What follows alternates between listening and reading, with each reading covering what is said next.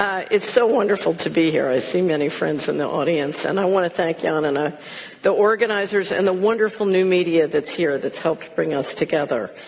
Because if there's one thing we're going to need in the days ahead, it's community. So let's start. What is the financial reset? How many people here believe that they know what the financial reset is? Raise your hand if you... Okay, so let me give you a simple 411 on the financial reset. The G7 central bankers met on August 22nd, 2019 at the Jackson Hole, Wyoming meeting where they gather once a year, and they voted on a plan called the Going Direct Reset. And it's published, it's written, you can find it. And it is what I would describe as the real reset behind what the World Economic Forum describes as the Great Reset. I think of the Great Reset of the World Economic Forum as sort of a marketing plan for the Going Direct Reset. This reset that the central bankers are planning and implementing now, because as soon as they finished that, they went back to Wall Street and to their desks and on September started a new round of quantitative easing. But this consolidates something which I call the financial coup d'etat. Let me just ask you, how many people here have heard of the financial coup d'etat and understand what it is? Anybody? A few people? Okay. Between fiscal 1998 and 2015, $21 trillion that we know of went missing from the U.S. government. And we don't know, there's more indication that there's much more since then, but they changed the rules and basically took the position we can keep secret books from now on. A lot of institutions are going secret and going dark. The beginning of this was described to me by the president of the largest pension fund in the United States. In 1997, he said they've given up on the country. They're moving all the money out starting in the fall. This is privatization on the just do it method. You pull the assets out, you lever up the governments with debt and bankrupt them, which gives you the ability essentially to take control and end sovereignty. So for the last 100 years or so in the G7 countries, we've had a balance of power between the bankers who control monetary policy and then the electorate votes for a parliament or a Congress, and they oversee the fiscal policy. And now what Going Direct is doing, among other things, is basically the central bankers are moving in and taking control of what the electorate used to run, which is the fiscal policy and the tax money. And one of the things I warn you about this is the rubber is going to meet the road when it comes down to the taxation system. Because if we continue to pay taxes to finance a criminal enterprise, that can't have a good result. So taxation is going to be important. So we have this divided house, which is now being collapsed. And if you notice around the world, you start to see more and more people taking over the governments who have a central banking background. And this is essentially the consolidation of the coup. Now, where is this going? It's going to complete central control with passports, the vaccine ID passports, CBDC, which is an acronym for Central Bank Digital Currency, but I assure you it's not a currency, it's a control system. Universal basic income, by destroying people's ability to produce their own income, you put them on a stipend, more control. And to do all of this, what do you need? You need a smart grid, right? Because you need everything electrified so that the CBDC system can control. Now, when I try and tell people how controlling the system is, they have a hard time believing me. So I thought I would bring a very short video to you today. This is the general manager of the Bank of International Settlements in Basel, Switzerland, speaking at a conference on cross-border payments in October 2020, describing the beauty of the central bank digital system. It's only a minute, and I assure you it brings the message home. So if we could play it now. Here we go. Our analysis on CBDC, in particular for the use of general use, we tend to establish the equivalence with cash. And there is a huge difference there. For example, in cash, we don't know, for example, who's using a $100 bill today. We don't know who is using a 1,000 peso bill today. A key difference with the CBDC is that central bank will have absolute control on the rules and regulations that will determine the use of that expression of central bank liability. And also, we will have the technology to enforce that. Those two issues are extremely important, and that makes a huge difference with respect to what cash is. Okay, so what that means is if you have money in your bank account and the new rule is you're not allowed to transact further than 5 kilometers from your home, your card won't work more than 5 kilometers from your home. If they don't want you buying pizza, you can't buy pizza with money in your bank account or with your card. It is complete control, and it solves the taxation without representation problem, because if they want more taxes, they just come take it out of your account. So when the World Economic Forum said it's 2030, you have no assets and you're happy, what I hear is it's 2030, we took all of your assets and you're mind controlled. Okay? So that's sort of English. Okay, so what are some useful steps? For 10 years, I'm no longer doing it, but for 10 years I helped individual families with investment advisory, and everybody was sort of looking for a way to duck or get around Mr. Global. And unfortunately, the period of getting around or ducking or staying in the middle of the road is over. So I'm going to outline 5 steps that I want you to consider, and the first one is pick a side. We are at a fork in the road. One road leads to slavery, the other road leads to freedom. And you have to decide which side you're on. Okay, we can clap for that. So I did this early. So the process we're all going through together now, I did very early. I started in the 90s. And I had to literally go through a process where, as a very wealthy, successful person, I had to give up everything one by one by one. And you come down to sort of the last phase and you have freedom or your life, and you have to choose. And I chose freedom, and that's when the miracle started. So I'm alive, it worked. But no promises, you have to pick a side, and you have to, this is a burn your boats kind of situation. You can't go back. The second thing you need is a good map. The last speaker did a good job of describing this. We live in a world where there's an official reality or a simulated reality, and it's very much created by what we're now calling, thanks to Brian Garish of UK Column News, the old media. So we have this official reality, but then we have reality. And it's very important that you have a good map of both, and that's why it's so wonderful, particularly here in the Netherlands, that you have such a rich offering of new media. Because new media is doing a great job of trying to help people navigate between the two. Now, you need a map of both the official reality and reality. You need the official reality because you need to meet people where they are. We all are dealing with family and friends who want to stay in the official reality, and we need to know what it is and how it works so we can meet them where they are. But you don't want to use the official reality for risk management, because that's how people lose money. They lose money to financial fraud. They lose money to health fraud. If you're going to invest your time and money, you need to know the other reality. And you need to be able to use both maps with discretion. Okay? So if you use your official reality map for risk management, you're going to lose a lot of time and money.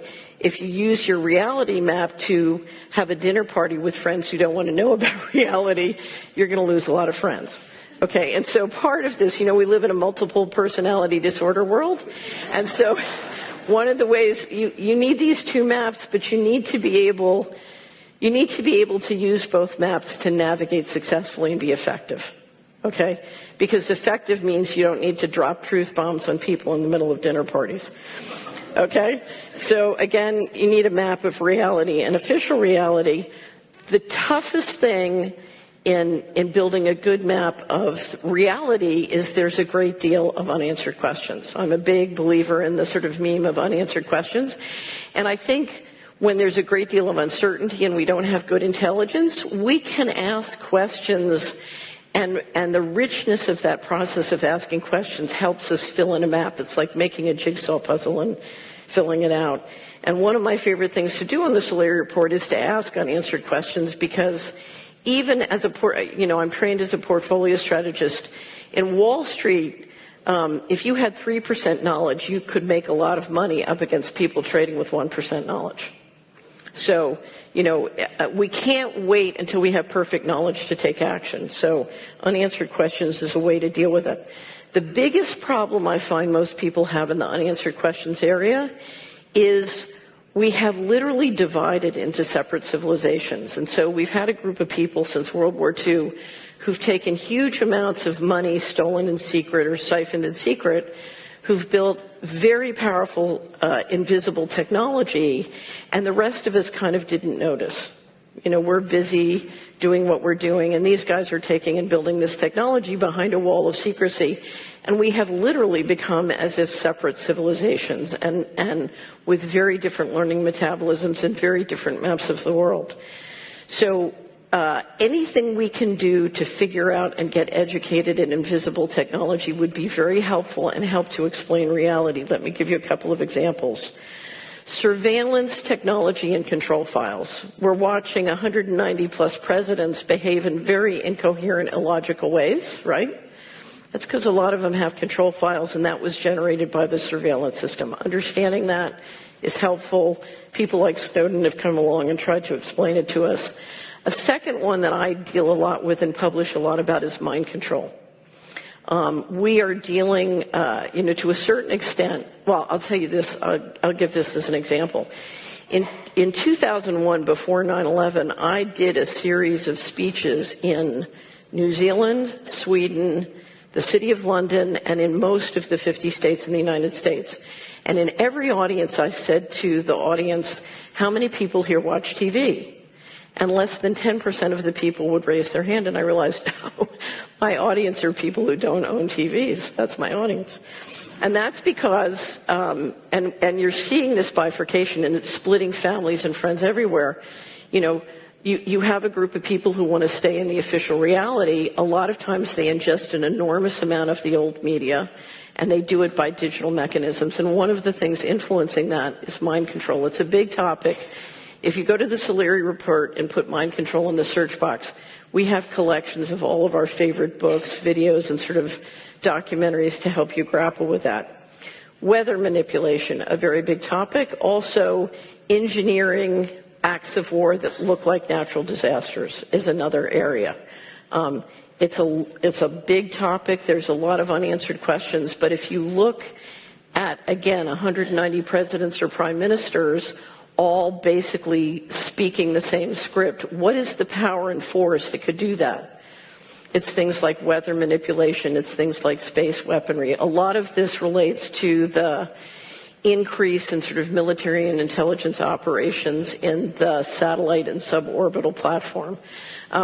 There was one wonderful video, I don't know if anybody saw it, of the minister of Alberta, Canada, and he was taking questions from the audience, and somebody came in and said, you know, why won't you let us have ivermectin for COVID-19? And he completely did a non sequitur, because when you work in politics, you're taught if you get a question you don't want to answer, just say thank you, that's a great question, and then do a non sequitur and answer the question you wish you'd gotten. And so he says, oh, you know, it's so wonderful about the vaccination program, blah, blah, blah, blah, blah. And then he does another non sequitur, and he said, I want to thank the people who sent the rain. If we didn't have rain, because we're so dependent on the farmers and the agricultural business, we'd be in real trouble. So I want to thank the people who sent the rain. And everybody's going like, what's he talking about? He's talking about that invisible weaponry. So, number 3, practical options. If we're going to start to be more resilient and independent of centralized systems, this is all going to come down to basic things: food and water, energy, shelter, health, and community. One of my favorite authors says, your family are the people who won't turn you in. Where's your family? If we haven't found our family, it's a good time to find it. It's really funny. I'm looking at Robert Duper over here, who's my partner, and thanks to Robert, I get to live in the Netherlands. Thank you, Robert. Round of applause.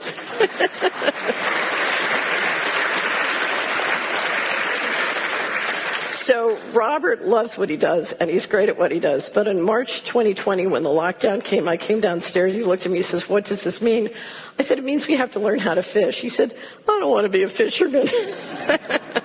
But we have to get resiliency among ourselves: food and water, energy, shelter, health, community. Fourth, We have to decentralize the money system. We've gotten to this point because we've allowed a monopoly on money, not just currency, but the circulation of equity. And if you look at how most of our portfolios and money work, we're financing the enemy. We're building our own prison. So we have to figure out how to take back control of the money system, and there are many ways to do it. But there are a couple of important things you have to grapple with when you deal with money. And the first thing is, the important thing about any money or financial system comes down to the quality of governance. The reason the current financial systems are so powerful is because their governance is backed up by awesome force. We won't have awesome force to back up ours. We need excellence in governance, a commitment to the rule of law, and we need a culture, because you can't, there's not enough enforcement in the world to back up a great culture. That enforcement has to come not just from law, but from culture. I'll never forget, one of my favorite allies in Washington used to say, culture is the integration of the divine in everyday life. And we need that kind of culture. So we're going to have to decentralize the transaction system, and that system is going to have to be both physical and digital. We need the digital for efficiency, but we need the physical to keep it honest and to keep it real. Any all digital system can be captured. Jan was very nice to mention we have a campaign going called Cash Friday. We're trying to get everybody to return fashionability to cash. And we have many wonderful subscribers who write in and saying, I'm doing all cash now, and all the local businesses are giving me a 10% discount. It's great. So think in terms of, you don't want an all digital system. For the use of digital, I suggest what we need, and this comes from a wonderful ally named Bill Binney. We need to integrate into all the school and homeschooling curriculums. We need to teach the kids how to make encryption systems. What Bill said, if we can get hundreds of people in a community creating lots of encryption systems and changing them and rolling them over, he said they can't deal with it. It'll drive them crazy. And he used to be the top technical guy at the NSA, so I believe him. And then one other thing, and probably the most important thing, there's a line in Scripture, and now abideth faith, hope, and charity, but the greatest of these is charity. When you are in a fork in the road and some people want to take you into tight central control, into dystopic transhumanism, into very totalitarian kinds of systems, it's very easy to get frustrated, it's very easy to get angry, it's very easy to get mad. And I'm not saying don't do those things, but we need to channel it in a way so that we don't lose our love and we don't lose our empathy. Because our power comes from the fact that we're human. Our power comes from our empathy, and unfortunately, we are in a situation where the people who lack empathy have been very good at finding each other and conspiring together.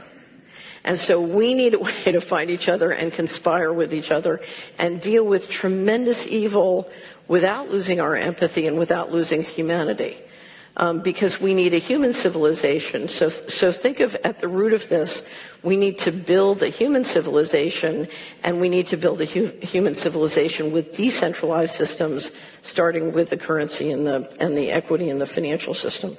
But remember, our power comes from our spiritual power, our emotional power, our energetic power, our intellectual power, and more than anything, our imagination. One of the things I always say, now is not the time in our history to have a failure of imagination. And so faith, hope, and love, that is what we need. And each person is different.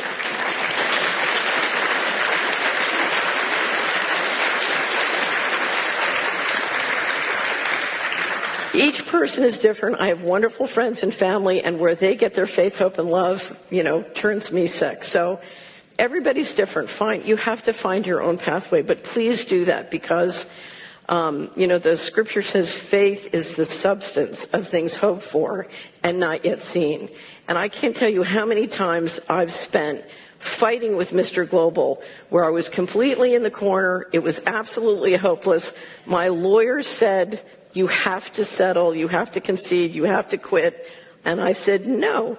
And as soon as I said no, suddenly an option that wasn't there got created. You know, it's the power of intention.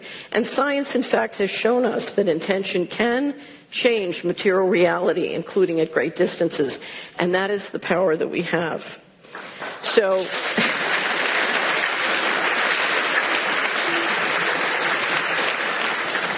I just want to end the way I end many Solari reports. You have to understand, I spent my whole life until the time I was almost 50, basically as a conspiracy foot soldier. You know, I was raised to believe that conspiracies were great. They were wonderful things. You got a group of people together, and you came up with a plan, and then you ran around in secret, and you got them implemented, because the future is built through transactions. You know, you have a vision, and then transactionally, you build into it by building businesses or building projects or building all these things. We thought of conspiracies as wonderful, and it wasn't until I got kicked out of the establishment that I discovered that people thought conspiracies were bad. It was like, well, wait a minute, most conspiracies are legal. They, you know, you just sneak around and you have to do them in secret. And so I realized, well, how are these people going to build a future if they think conspiracies are bad? Because we have to get together and organize and transactionally build our future.